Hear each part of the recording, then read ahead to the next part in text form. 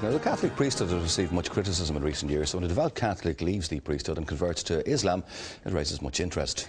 Well, our next guest did just that. After being a Catholic priest in Britain, he left to become a teacher and studied in Egypt, where he converted to Islam and became a Muslim. He is now in Ireland to spread the word of the Quran, and he joins us in studio this morning. Good morning to Idris Tafi. Good morning to you. Assalamu alaikum. Peace be upon you. Okay. That's the Muslim greeting, a greeting of peace. Okay, tell us a bit. You were a Catholic priest for 9 years, was it? With my training, yes.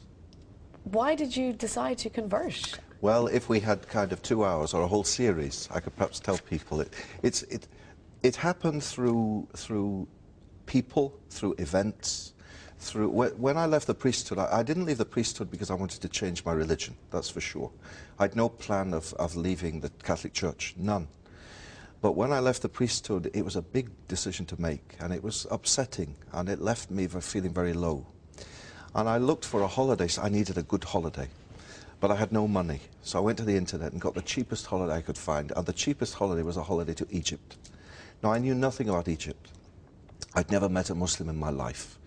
And all I knew about Muslims was what the television told me, that they chop your hands off, and that they blow themselves up, and that they hit ladies. So I went to this Muslim country not knowing what to expect, except sunshine. And I went there, and as God is my judge, that week changed my life, really, because I met Muslims for the first time and found that they weren't these sword-waving fanatics that we see on the TV, but they were good, honest people. And like Irish people, Muslim people, you know, they go out to work in the morning to put food on the table for their kids to eat. They pray. They're ordinary people with a religious dimension very much. And so, for example, I'll give you an example of one Muslim I met. I met a little boy, and I talk about him in every talk I give. And this little boy was selling bananas on the street. And he'd no shoe, just little plastic flip-flops, and a very old, tired gown, you know. And he greeted me the first morning. He said, Assalamu alaikum, peace be upon you, with a big smile on his face. And I learned each day from my hotel, walking past him, to say Zayak. Zayak in Arabic means, how are you, how are you doing? And he'd reply, Alhamdulillah, praise be to God. And that week, it touched my heart. I didn't learn much about Islam, but I learned for sure that Muslims weren't what I was being told back home. And then a long journey, of perhaps a year started, of meeting. I got a job teaching. You know, I needed work. I had no work. So I got a job in a school in London. So your holiday, you came back. I came back. You still felt strongly? Still, I still had no plan to change my religion. I was perfectly happy being Catholic. And in fact, in all the talks I give, you know, I've been giving talks this week in Ireland, I always start my talks by saying, if anyone's come here tonight to hear me criticise the Church or the Pope or Christianity, you've come to the wrong talk. Why did you leave the priesthood, though? What made that decision after 8 years there as a priest? Okay, well, the job, I liked the job. And it's a great privilege, you know, for people to let you into their lives, to be with their parents when they're dying, to baptise their children, to marry them, to hear their confessions. It's a very privileged life. And I like to think I was good at my job, you know. The people liked me, I liked them. But my heart somehow just wasn't happy. There was something missing. And even though I really enjoyed what I was doing, I felt lonely and unhappy. So it took a lot of, you know how priests are held up by Catholics on a pedestal almost. And it was a big decision to make. I told my family, and my family, of course, my family loved me, so that they were upset. But they said, well, we support you in whatever you do.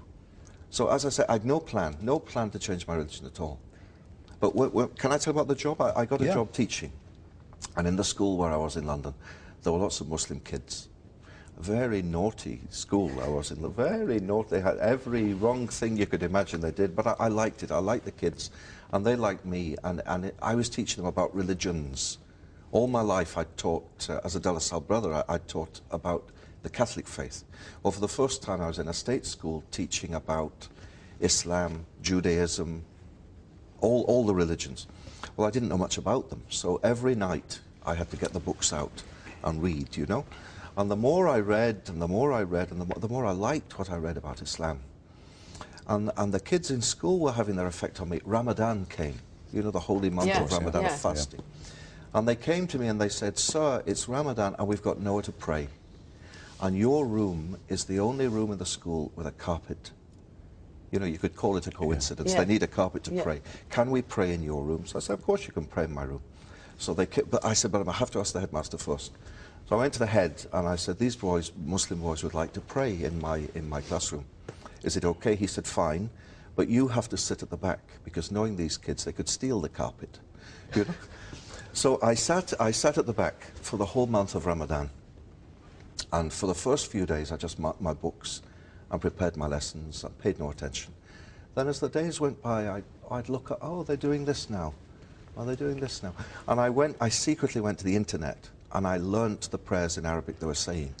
It was a slow process. A very slow process. And it is a lovely religion, and there is a lot of peace, and there is a lot of love espoused. Yeah. But how do you reconcile and equate that with the fact that there are hundreds of thousands of fundamentalists who go to the other extreme, and there is no give and take? It is do it our way or we'll kill you. Okay, well, the way I'd answer that would be that this island of Ireland is no stranger to extremism and fanaticism done in the name of so-called religion. And the things that happened in the north in this island bore no relation to the message of Christianity, of love and peace. Well, in the same way, things are happening in the world. You know, the other day there was a thing on the TV, and it said that this young girl, this Christian girl in Afghanistan, had been killed because she's Christian. And when I saw it, I was sad. I wasn't angry, I was sad, and thought, what a shame that people misunderstand so much. And what a shame that people watching this think, here we go again, Islam and Muslims. If you want to meet real Muslims, come with me to my house, to my home in Alexandria, to my building. On the ground floor, you'll meet Ahmed and his wife and kids. On the next floor, Mahmoud and his wife and kids. On the next floor, Sharif. Ordinary people who pray, no hand grenade in their pockets, you know, no suicide belt. Yeah. It is very much a religion of peace, but unfortunately, people who shout loudest get hurt, make news. Yeah. That makes news. A little old lady teaching her granddaughter how to recite the Quran doesn't make headlines. Doesn't make the news. What type of reaction do you get, though, from Irish people? I mean, you give speeches in Ireland. What type of reaction do you get? I mean, I've had a lovely reaction this week. Do you know, can I mention Jerry Ryan's show? Last Friday I was on the Jerry Ryan show, and a lady phoned in, and she said, I'd like to ask a question. She said, has Idris Tawfiq come to Ireland to convert the whole of Ireland to Islam? And I said, my dear, I haven't come here to convert anyone to anything. I've come for two reasons. One, I've come to encourage the Muslim community to be good Muslims. And two, I've come to encourage tolerance and dialogue and understanding between Muslims and those who aren't. So after that radio show, the first thing I did after praying at Clonskeagh Mosque was we went and we met the Anglican Archbishop of Dublin to say, Assalamu alaikum to you, sir. Christians and Muslims are friends. We have so much in common. We want to work together as people of faith. While I've been here, I've met the mayors of the Lord Mayor of Dublin, the Lord Mayor of Cork. He gave me this little lapel pin, which I promised to wear for the show today in Cork City. The Mayor of Limerick, the Mayor of Galway yesterday. And telling them, through meeting them, telling them that Muslims in Ireland want to be part of this Irish society they live in. And hopefully it'll work, and hopefully everyone will assimilate, change some and opinions. society can come together. Inshallah, as we say, God willing. Thank you very much, Idris. Pleasure meeting you this morning. Thank you very much indeed.